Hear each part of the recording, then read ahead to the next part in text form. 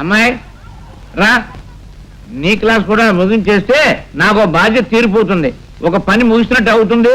నా క్లాసా? ఎందుకు? చూడమ్మా, నువ్వు రాంబాబుని ప్రేమించానని చెప్పావు కదా, అతని చరిత్ర కూడా సేకరించి ఇటు పెట్టాను. నేను అనుకున్నటువంటి సోంబాబు చరిత్ర కూడా సేకరించి అటు పెట్టాను. అవి నేను ఈ బోర్డు మీద నీకు ఎక్స్ప్లెయిన్ చేస్తాను. నువ్వు ఎవరిని కావాలంటే వారిని ఎన్నుకో. చెప్పేదేదో కాస్త మామూలుగా చెప్పచ్చు కదా నాన్న, బ్లాక్ బోర్డ్ మీద ఎందుకు? అమ్మా, నేను టీచర్ని కదా, బ్లాక్ బోర్డు మీద చాక్ పీస్ తోడు చెప్తేనే గాని చెప్పినట్టు నాకు అనిపించదు. మరి నా కర్మ, నేను ఏం చేయను అని చేత. చూడమ్మా, కూర్చో కూర్చో కూర్చో కూర్చో కూర్చో కూర్చో.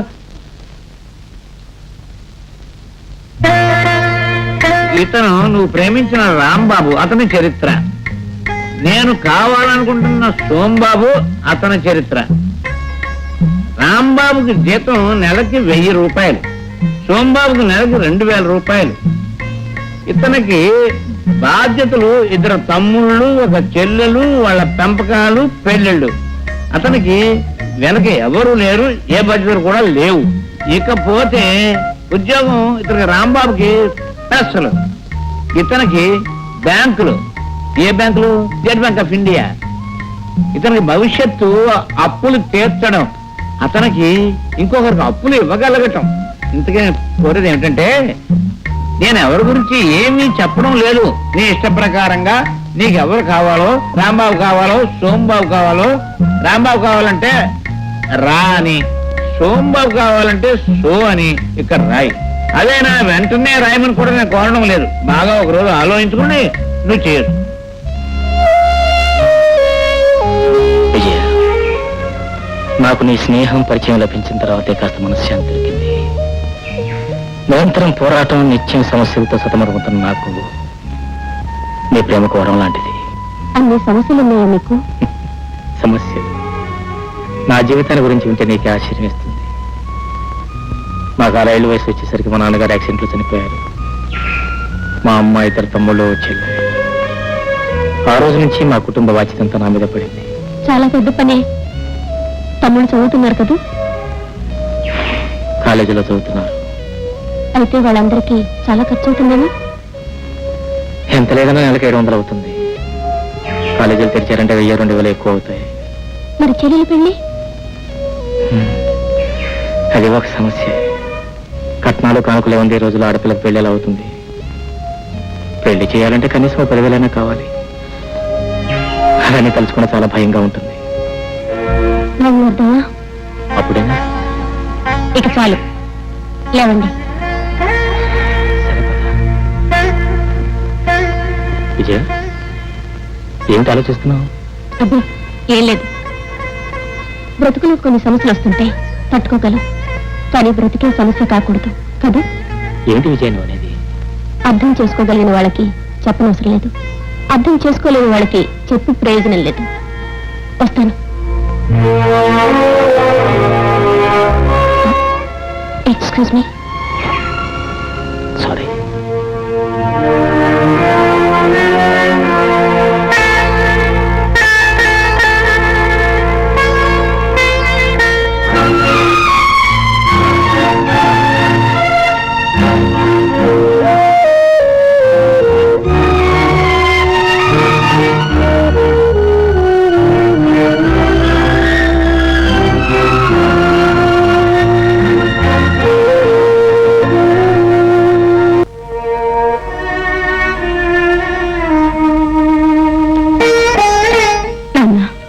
ఆ రోజు ఈ పట్టికి వేసి రాంబాబు కావాలో, సోంబాబు కావాలో తేల్చుకోమన్నా.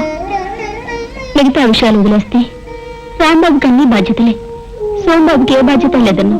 కానీ ఆ సోంబాబుకి భార్యను చూసే బాధ్యత కూడా లేదు నాన్న. నిన్న రాత్రి ఇంటికి తిరిగి వస్తూ చనిపోయిన రాంబాబు భార్య శవాన్ని తీసుకెళ్ళడం చూశాను. భార్య శవం ముందు జీవోత్సవంలో నడుస్తున్న రాంబాబుని చూశాను. అది అతని భార్య మీదున్న ప్రేమ. నా భర్త సోంబాబు నన్ను బంతిని తనినట్టు తంతే ఇక్కడ పడ్డాను. ఇది నా ప్రేమ. ఆ రోజు సోంబాబు కావాలని రాశాను. నా జీవితంలో నుంచి ఆ సోను చెరిపేయమంటున్నాడు సోంబాబు. ఒక్కసారి ఒక్కసారి చెప్పి చూస్తాను నాన్న.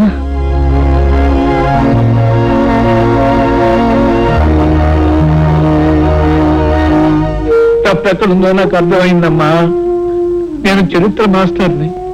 జరిగిపోయిన చరిత్రలోని పాత్రల గురించి బేరీజు వేయగలం గాని భవిష్యత్తులో జరగబోయే పాత్రల గురించి బేరీజు వేయమని చెప్పానమ్మా. తప్పక జరిగింది.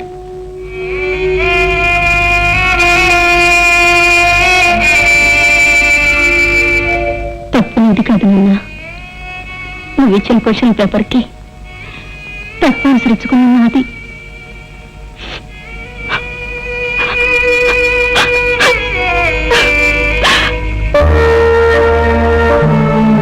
సార్, మీరేనా రాంబాబు?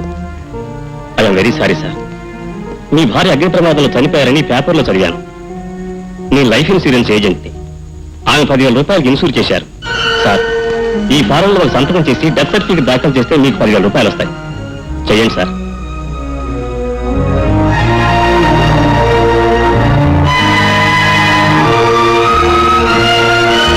సార్, మీరు వెంటనే డెత్ సర్టిఫికేట్ సబ్మిట్ చేయండి. వస్తాను.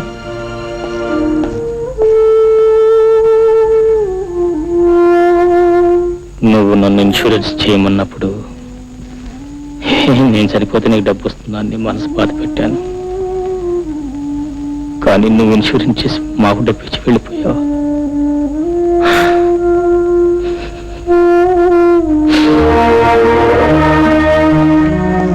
సార్, మీ భార్య ఇన్సూర్ చేసిన డబ్బు 10,000 రూపాయలు చెప్పు తీసుకోండి సార్. వస్తాను సార్. చెక్కు నాకు ఇచ్చేస్తున్నాడు రా. అన్నట్టు రాంబాబు, ఈ డబ్బుతో లలిత పేరు మీద మనమే ఓ పత్రిక స్టార్ట్ చేస్తే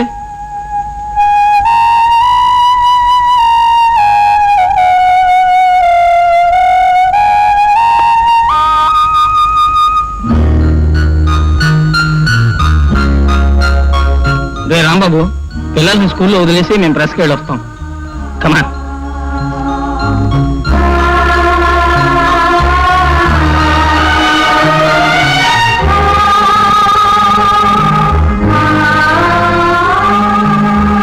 అతని రచన కొనసాగింది.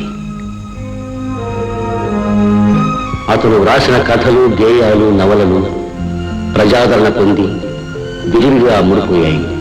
కాలగమనంలో గొప్ప రచయితగా పేరు ప్రఖ్యాతులు, డబ్బు, గౌరవం అన్నీ పెరిగాయి.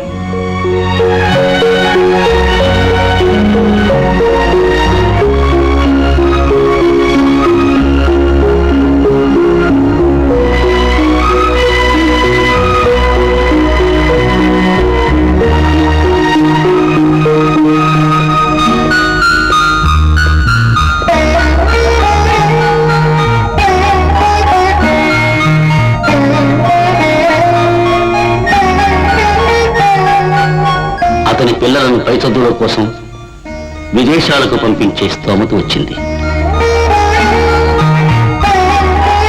ఒరే రాంబాబు, ఓ గ్లాడ్ న్యూస్. అఖిల భారత అభ్యుదయ రచయితల సమాజం వారు నిన్న ఈ సంవత్సరపు ఉత్తమ నవల రచయితగా ఎన్నుకున్నారు. 1,00,000 రూపాయల నగదు బహుమతి, సాహిత్య ప్రపూర్ణ బిరుదు కూడా ఇస్తారట. ఇంత పెద్ద సంతోషకరమైన వార్త చెప్తుంటే ఏమిట్రా నిర్లిప్తత? రాను రాను వేదాంతిగా మారిపోతున్నావు.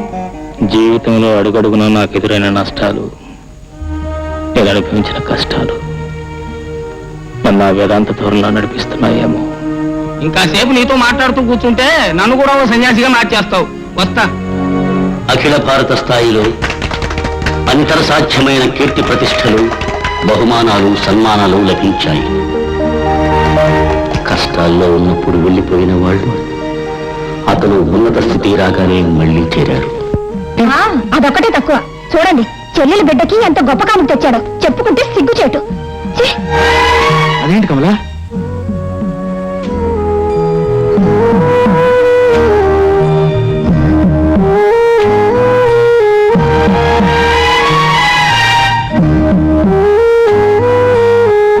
పెద్దవాళ్ళ మనసు బాధ పెట్టకూడదా? నేను కోపడ్డా వెళ్ళిపోతే నేను భరించలేదు. భారంగా ఉంటుంది, నాకు ఇష్టం లేదు. తమ్ముడు, నిజంగా వెళ్ళిపోతా. బాగా ఆలోచించి నిర్ణయానికి వచ్చాను. తమ్ముడు, నా మాట వెంటనే తమ్ముడు.